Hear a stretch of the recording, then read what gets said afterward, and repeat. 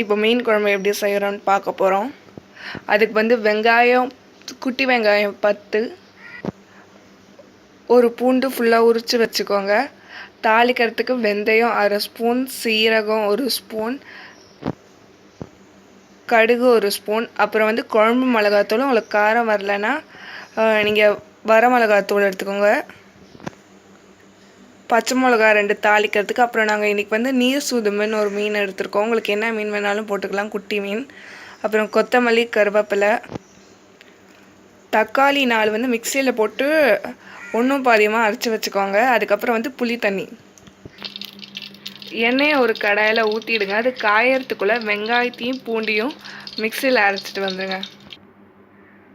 Just இதை ஒன்றும் பாதியமாக அரைச்சிடுங்க. இந்த அளவு போதும்.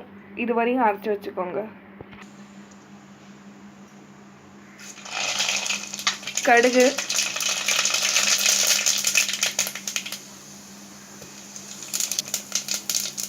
சீரகம், வெந்தயம்,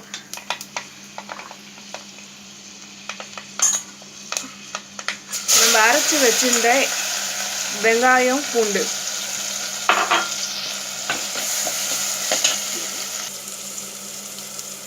இது கொஞ்ச நேரம் இப்படி வதங்கணும். ஒரு எலுமிச்சைப்பழ அளவு புளி தனியாக கரைச்சி வச்சுக்கணும். இப்போ அதில் நம்ம ஒன்றும் பாதியமாக அரைச்சி வச்ச தக்காளி,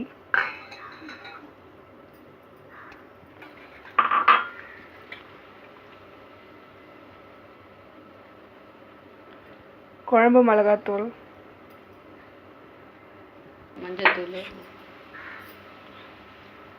மஞ்சத்தூள்,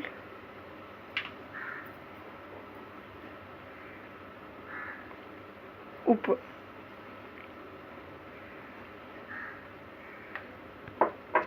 இப்போ அதை நல்லா மிக்ஸ் பண்ணணும்.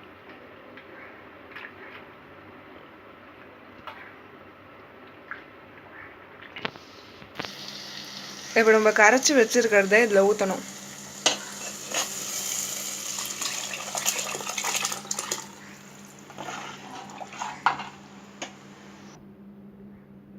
நாங்கள் இப்போ சட்டியில் பண்ணுறோம். உங்களுக்கு எந்த யானம் இருக்கோ அதில் பண்ணிக்கோங்க. ஆனால் சட்டியில் பண்ணால் அது நல்லாயிருக்கும். இப்போ இதை மூடி வச்சிடலாம். இதை நல்லா கொதிக்கிற வரைக்கும் இதை மூடி வச்சுருக்கணும். அந்த மிளகாத்தூள் வாசனை போகணும். அவ்வளோதான். இவ்வளோ கொதி வந்தோதான் மீனை போட்டு இறக்கிட வேண்டியதுதான்.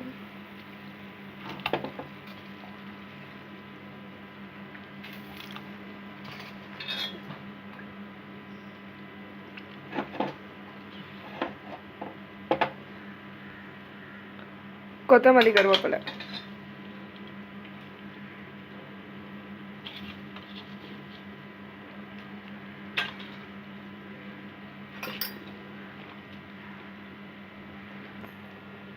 மீனெல்லாம் போட்டது அப்புறம் 2 நிமிஷம் கொதிச்சா போதும்.